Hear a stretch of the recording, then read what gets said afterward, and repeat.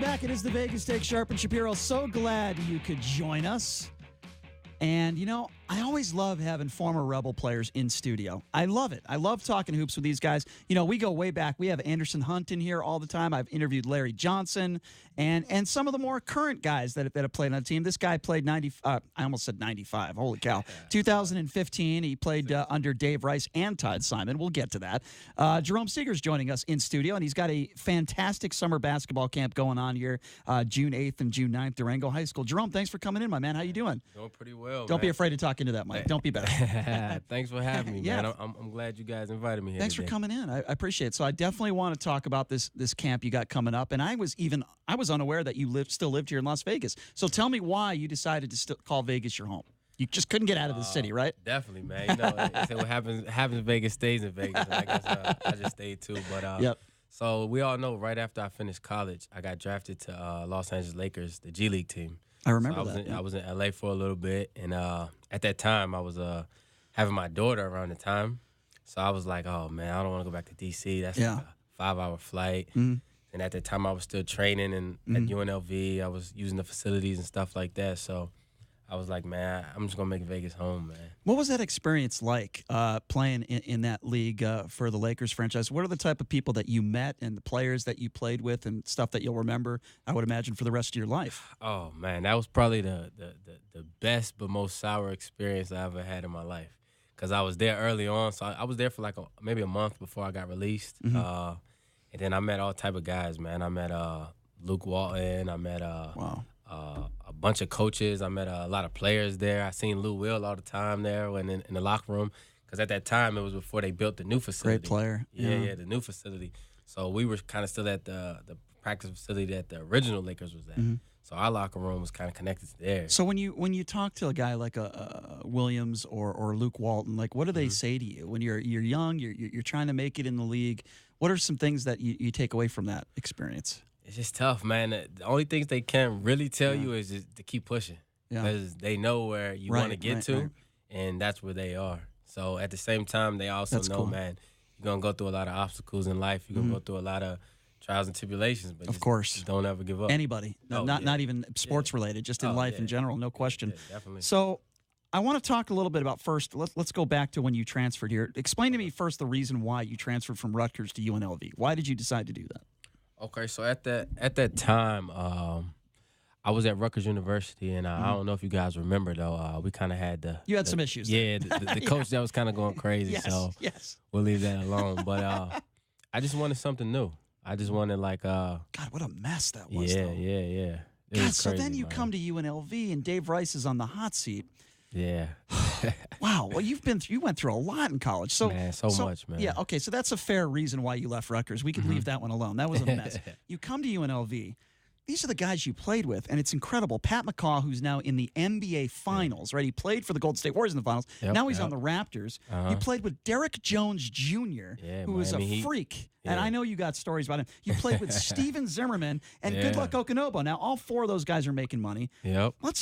Of those four guys, I said, look, this kid, Derrick Jones Jr., he's a freak, right? Oh, yeah. He's a freak. He is going to have a long NBA career. I said that from the get-go. Did you agree with that the first time you saw him? Definitely, man. So the first time, actually, I hosted Derek when he came on his visit. You did. So the coaches always kind of used me as like the seal the deal, finish the deal kind of guy. So the first day Derek stepped on campus, man, we was playing pickup, and I was like, I'm about to test him, see what he can do.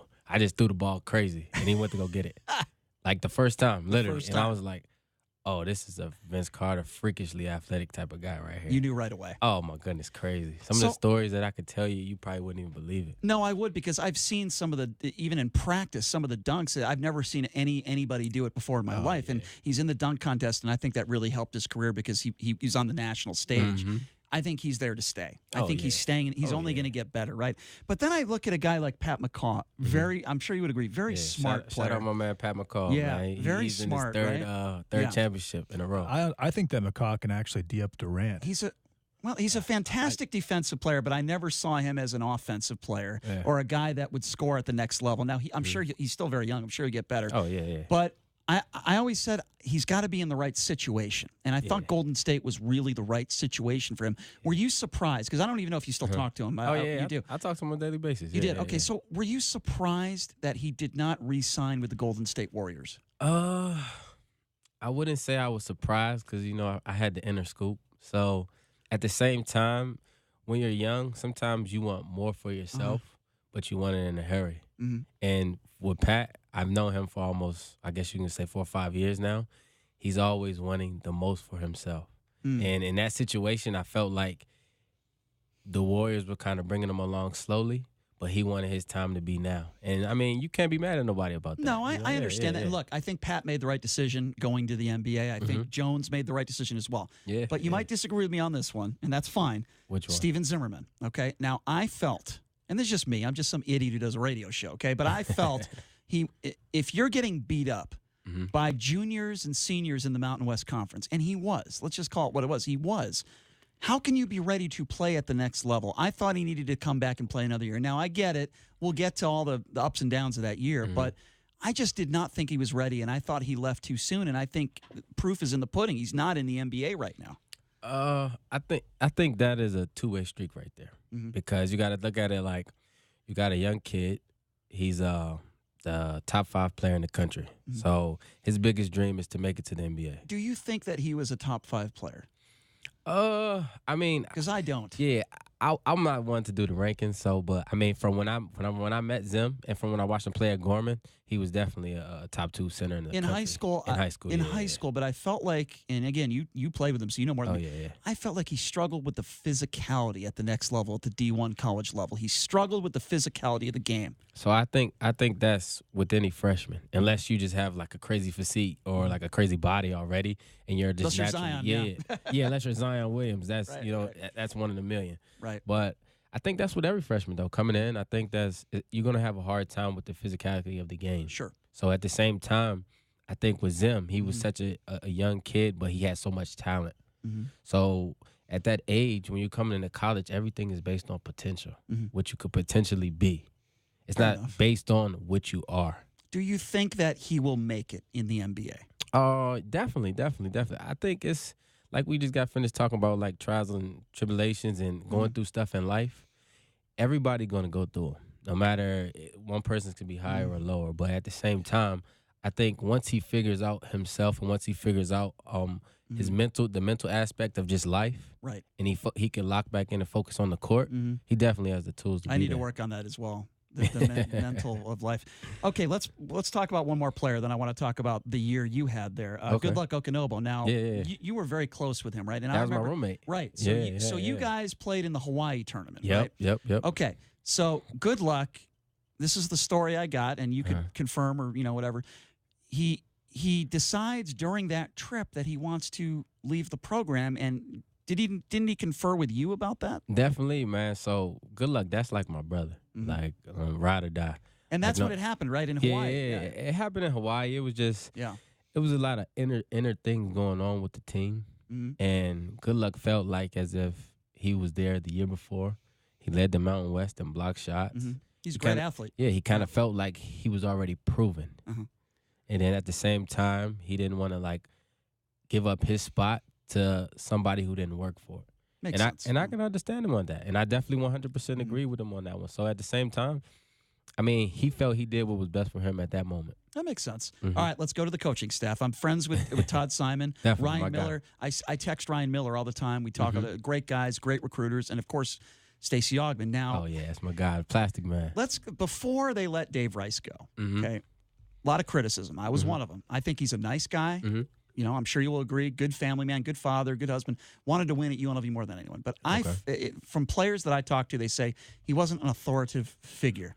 And, I heard a story from one player that you did not play with that said that, he was trying to get up shots at midnight at the Thomas and Mack Center, and he calls Dave Rice, and Rice says, I don't have the authority to put the lights on. And I hear that story, and some players were like, yeah, he didn't put his foot down. He was a nice guy, but he wasn't.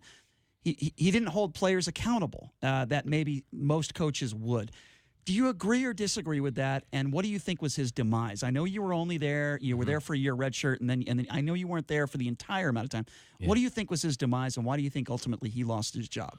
I think it's a little bit deeper than that. So when you're dealing with coaches, every coach is different, just like every human being is different. Coach Rice, he has his own way to go about things. He's a very like free guy. So he's a cool guy. If you need anything from him, he's gonna be there for you. No, and I have heard that from other people. Yeah, no question of doubt. Like, I talked to him to this day. He found out I was having a clinic. He hit me up. He wished me good luck. He said, that's so him. He's a classy guy. He's a classy guy. And you know what? When he was fired, he shook my hand, and he shook everyone's hand, and he did a press conference. Marvin Menzies didn't do a press conference when he was fired, but Dave Rice did. Because he's a man of class. Yeah, he's a stand-up guy. Absolutely agree with you. He's a stand-up guy. Yeah, definitely. So he looked out for me plenty of times, man. So with that, I think just with his demise, I think you got to understand when coaches become on the hot seat, that creates a lot of pressure.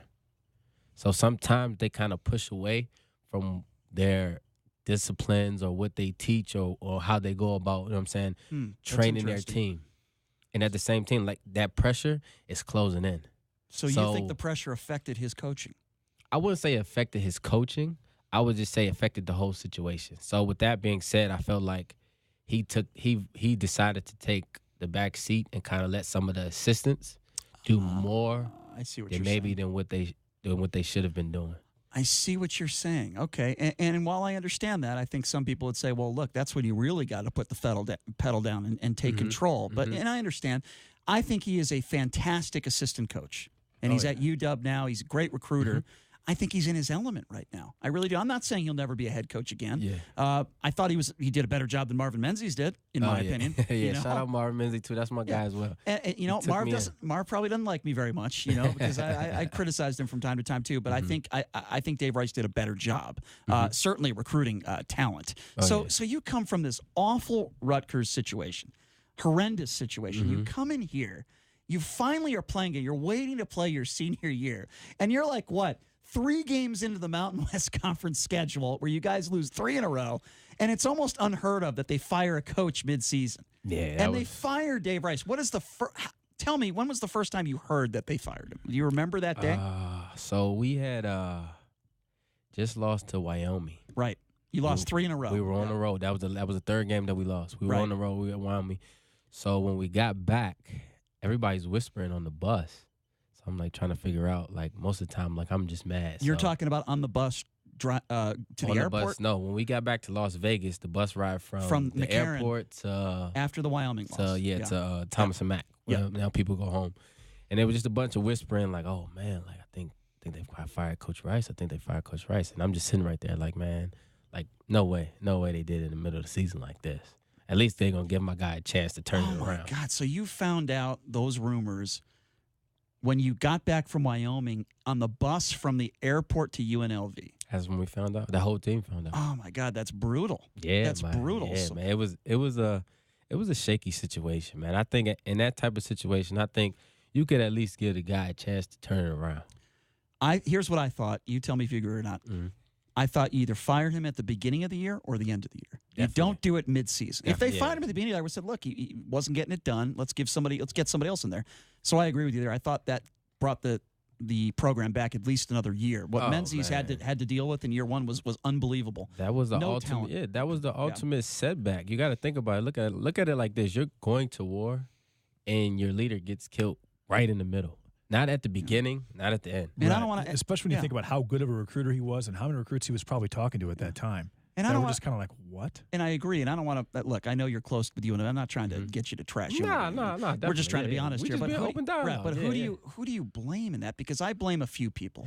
First of all, Tina Kunzer Murphy. I don't think she's fit to be an athletic director. I think she's a very nice woman, but I thought she let too many people in her ear tell her what to do, and I think there were too many boosters in her ear.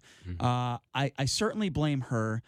And look, Dave Rice didn't get the job done for a lot of different reasons, but I also agree you don't fire him mid-season. Wait till the end of the year to do that, or the beginning of the year. Yeah, I would agree. I would agree. No question about that. If you're just joining us, we're speaking with Jerome Seagears. We're going to get to your camp in a second, but I want to move forward now to Stacey Augmon because there are a lot of people in this town that thought that Stacey, including Rebel legends like Larry Johnson and Greg Anthony and all those guys, right? Yeah. That thought that Stacey Augmon, their teammate, former teammate, should have been the interim head coach. Now, I like Todd Simon. I think he's doing a fantastic job at Southern Utah. He's a good dude. I like Ryan Miller, and I think he's a great assistant coach too. They picked any of those guys, I would have been fine with it. Why is it that you think they did not pick those Stacey Augmon to be the interim head coach? Honestly, so going from the whole firing Coach Dave Rice in the middle of the season to now it's the next step of who should be hired. I don't understand why you wouldn't give Stacey Augmon a chance. You got to think about it. Was that the feeling with a lot of your teammates too? Oh, I mean, yeah, definitely. Because you got to think about it, man. Like, nowadays, for jobs, you have to be so qualified. I mean, how much more qualified do you want a person to be? He's actually brought a championship to Las Vegas, the University of Nevada, Las Vegas. Yep. He was the player of the year in like two years in a row. Even with that being said, he's played in the NBA. He's been like first team all defense in the NBA a couple of times.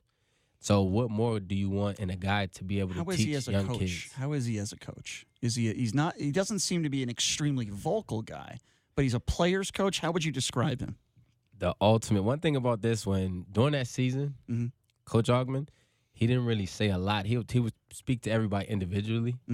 But if we came into halftime and we were kind of being lackadaisical about a game we were supposed to be up and winning, when he said something, you guys listened. You could hear a church mouse. See, and I don't feel like, and not to disrespect Dave Rice, but I don't feel like you guys gave Dave Rice that same respect. I wouldn't say that we didn't give him that same respect. It's just that Dave Rice, he was just a coach that you just got along with. Yeah, you just got along with. He was just cool.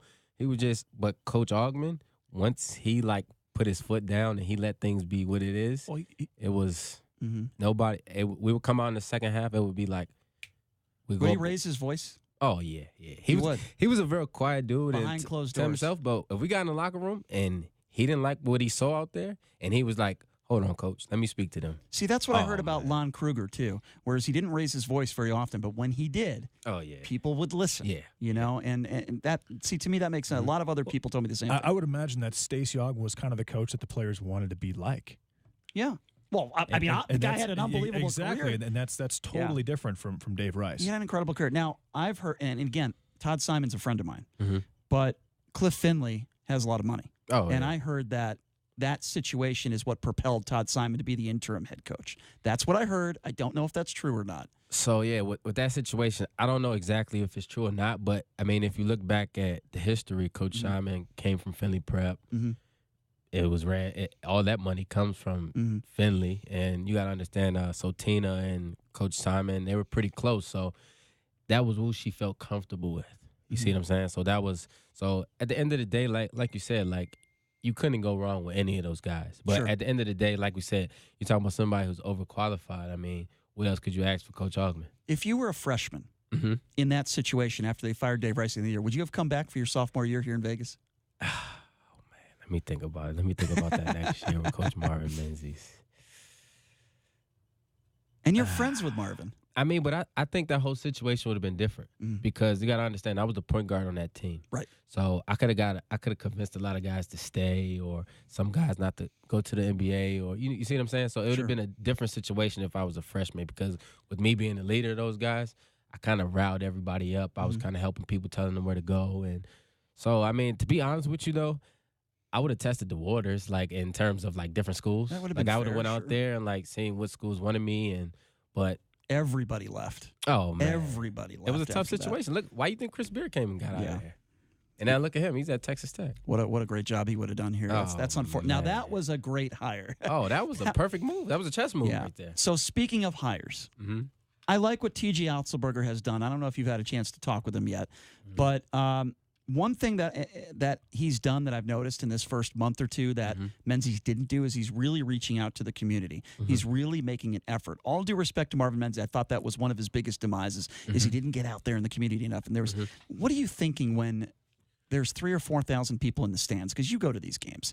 You know, the last couple of years, the crowds have been atrocious. They've been terrible. Even under those last couple of years of Dave Rice, crowds weren't horrible. They were okay, you know? We had pretty good crowds when we were So there. when you walk into the Thomas and Mack the last couple of years and you see 3,000 or 4,000 people at a UNLV Air Force game, what are you thinking? Oh, man. The last game that I went to, it was so crazy. Like, it was nobody sitting around me. Mm. And I was like, wow. Mm. When I was playing here, like, I didn't see any that. red seats. Right. Like, the only red seats we've seen were probably up in the nosebleeds. And the student section was great, too, when you were playing. It was great, Now, man. it's like I can name how many people, what was it you said, JD, that what was the comment you made about the student section that was so true? Last year during one of the games, I don't know who it was, but the Rebellion, there wasn't enough stands. Not one enough there people. wasn't enough people to actually match the number of shirts in the Rebellion. That's not good. Yeah, in the student section. That's not good. But now we have a new coach. It's a new era. And have you had a chance to talk to Otzelberger yet? Yeah, so I actually seen Otzelberger one time when I was going in the gym to work out. It was me and my buddy Ike Awamo. He played I remember him. He played with me as well. Ike Awamo, yeah. Good shooter. He played with me as well at UNLV. Sure. But when we were going in, we sat there and talked. He asked us about our careers and what we're playing at now. So he was pretty cool, open, genuine guy. So definitely. That's what he seems like to me, and we all want him to succeed. And I think he's off to a good start. But we'll see what happens this year. All right, so I want to talk Jerome. If you're just joining us, by the way, Jerome Seagears, former Rebel. I want to talk a little bit about this basketball camp you got going on here, June 8th and 9th at Durango High School. It's funny. We had George Murison on the show yesterday, 7-7, and he's doing some camps here in Vegas as well, and he coaches an AAU team. And I think this is kind of cool that you're doing a little camp here. I can't even begin to tell you what it would have meant for me if I was 12, 13, 14 years old and I had a former college basketball player helping me out. So tell me a little bit about why you decided to do this. Oh, man.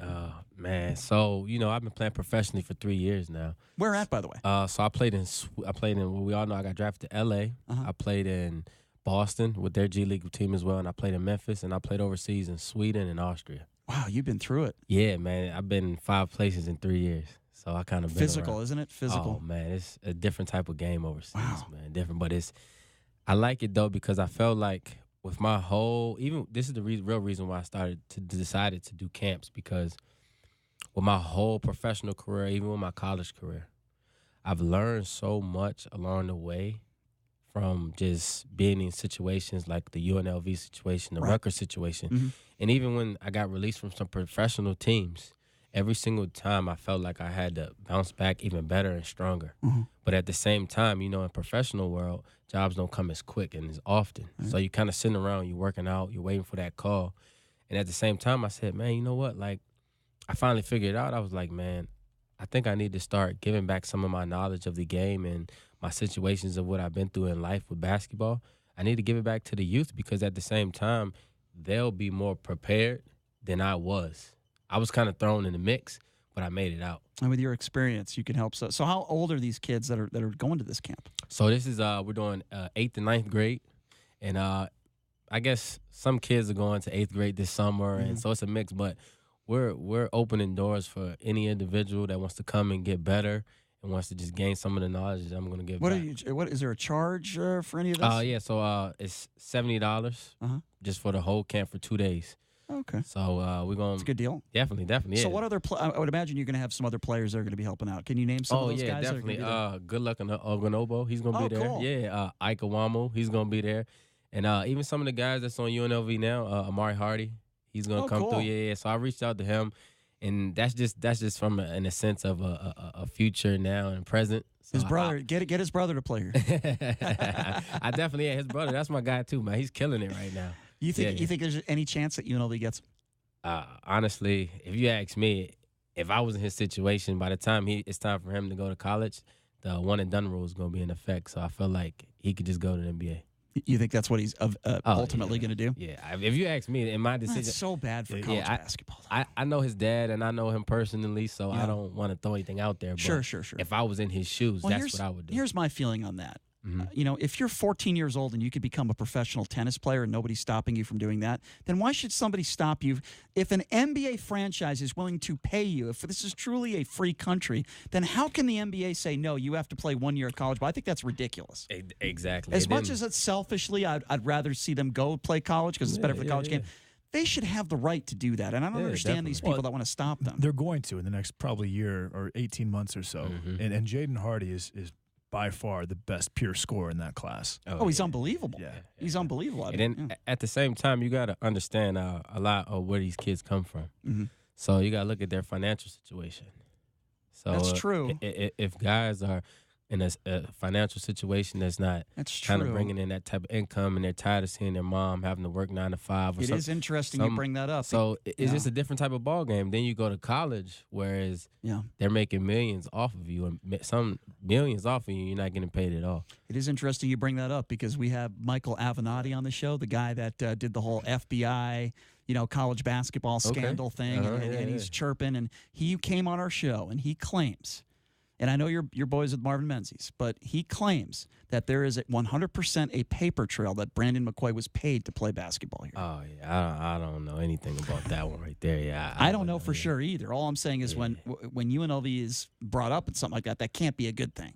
And it's not just UNLV. There's a lot of other college campuses that are being brought up. And again, I don't know what's true or what's not true. I have no idea. But you're right. I mean, a lot of these kids come from, families that are struggling. And back to that question, was Zion Williamson going to Duke better for Zion or better for Duke?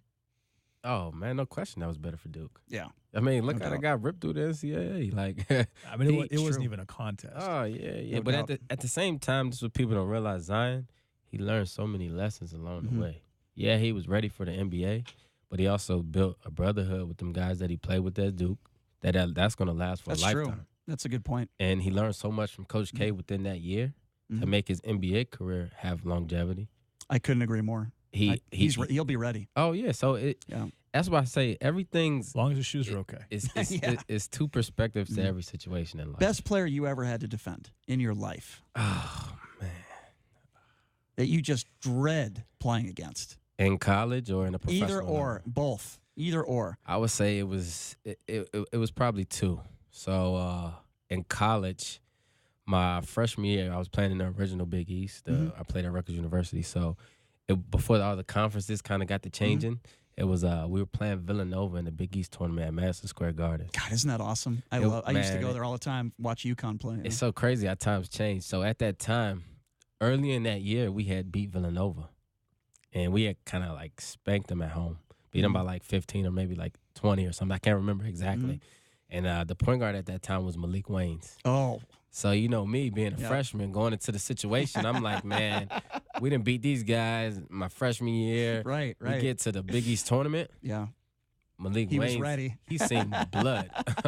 He seen blood. How cool is that, though? You're an 18-year-old kid playing at Madison Square Garden in the Big East tournament. Can you find a better place to play? I mean, it's just so awesome. That was probably the best time of my life. Was it? I can imagine. Man, staying in hotels in Madison Square Gardens in New York City. How cool is that, man? The type of crowds we were getting. We playing the first night we played like South Florida. Next night we played Villanova, then Notre Dame. Wow. Yeah, man, it was interesting. So Kevin Durant, we're going NBA now. Kevin Durant was just ruled out for Game 3. Klay Thompson is questionable. 2 questions for you. Can the Raptors win tomorrow, and do the Raptors have any chance of winning this series right now, in your opinion? Oh, yeah, they definitely have a chance. You haven't seen how Kawhi's been ripping through the playoffs? Yeah, he's been unbelievable. And without Kevin Durant, like the thing about the Warriors, when you add Kevin Durant to that team, it makes them like the Monstars. It's true. It's true. So, like, when you take him out of the equation, it just evens things up. Well, especially when Durant's actually 7'1", and they list him as 6'9". I agree. I think it just evens things up. But the thing about Toronto Raptors, man, they got a good, like, foundation there. So you got to think about it. When that trade happened, they brought over Danny Green. He's a champion. He's been with the Spurs organization for a while. Legend. Kyle Lowry's been making it to the Eastern Conference Finals every year. And been losing to LeBron James. These guys have been there. So that Kawhi basically brought that next step for Kyle Lowry, and he brought that next step for them guys that were already there to get them over the hump. And by the way, I just heard Kawhi's definitely staying. I know that 100% now. He's definitely staying. So is he taking the penthouse deal? I heard that from somebody on the coaching staff. He's going to sign a 1-year deal. He's going to stay. And he just bought a new property there, too. So he's definitely staying. Okay, so Jerome, before we let you go, we only got about a minute here. Okay. I want to be able to promote this again. So give out all the information for kids and parents that are listening that want to get involved with this camp. I know it's June 8th and 9th, Durango High School. Give us some more information. Definitely. So I'm doing a clinic on June 8th and June 9th from 11 a.m. to 2 p.m. And we're bringing in kids that are 8th graders and 9th graders and maybe some 7th graders that are going to 8th grade. And we're going to have a good time, man. We're bringing the kids out. We're going to enjoy ourselves. And my biggest thing is just to give back them what I learned and then just help the youth out. If I can help them in any way, like I said earlier today on my Instagram, the biggest human act that you can ever do is to inspire. So if I can inspire any kid at my camp to be the next point guard at UNLV, I feel like my job is done. Any chance you'll be coaching some point down the road? Oh, man, I got to be all the way done with it, though. I got to be all the way. I want to play into You're still playing. Yeah, I understand. I would say there is a 100% chance to be coaching. definitely. You're going to be coaching one day. Well, listen, Jerome. 100%. One more thing. We also we're doing sponsors for some kids who don't have the funds. Oh, good. And some kids that want to come to the camp and invite it. So definitely go to workitdoneat.com for registration, but also workitdoneat/sponsorship. Great. So for any like doctors or lawyers or anybody who's big boosters, they want to sponsor some kids. Definitely, man. We would love to appreciate it, and we would love to have you. And I would love to have you on again sometime too. And good luck with this camp, Jerome Seagears. Thank you so much for joining us. This has been a lot of fun talking some hoops. Thanks a lot, Jerome. Yeah. All right, we'll take a break and come back with Ken Thompson. Ken Thompson coming up next. Thanks for joining us, everybody. Have a great night.